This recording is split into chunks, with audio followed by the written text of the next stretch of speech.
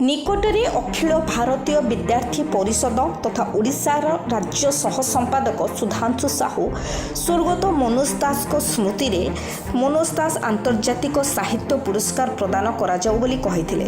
ଏହା ସହ इंग्राजी भाषा रे सृजनात्मक साहित्य सृष्टि करुवा ओडिया साहित्यिक मानकु एही पुरस्कार ओडिशा सरकार पक्षर प्रतिवर्ष दिया जाऊ बोली से ट्वीट माध्यम रे ओडिशार मुख्यमंत्री नवीन पट्टनायक को जणाइथिले। ଏହା ସହ एजुकेशनल मिनिस्टर एजुकेशनल सेक्रेटरी को मध्य दाबी करथिले।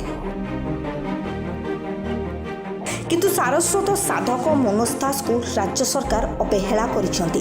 बोधे मनोज दास को साधना राज्य सरकार सठिक भाव में अवगत नुहंती। स्वर्गत मनोज दास परी जड़े जुग पुरुष ओडिशार गर्व एवं गौरव। अनुरोध उभय मनोज दास एवं मनोज दास को साहित्य विश्वविख्यात कराଯାଉ ବୋଲି सुधांशु साहू पुणी थरे सीएम को ट्वीट जगे जणाइछंती। से लिखिछन जे स्वर्गत मनोज दास स्मृति रे इंग्राजी भाषा रे सृजनात्मक साहित्य सृष्टि करुवा ओडिया साहित्य सह विश्वर समस्त देशर साहित्यिक एही पुरस्कार रे जेपरि भाग नहीं पारिबे सेपरि योजना कराଯାଉ। या फल रे मनोज दास विश्व प्रतिष्ठित हेबा सहित ओडिया साहित्य मध्य विश्वर परिचित होई परिबो। मनोज दास को ओडिया साहित्य इंग्राजी रे अनुवाद करी सारा भारत रे ओडिया साहित्य को आगो को निया जाऊ।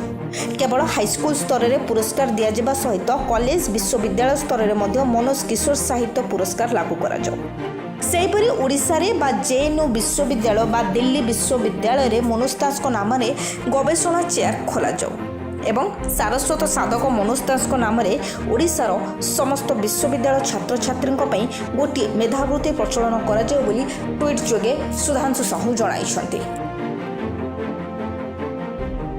Bureau report BBM TV.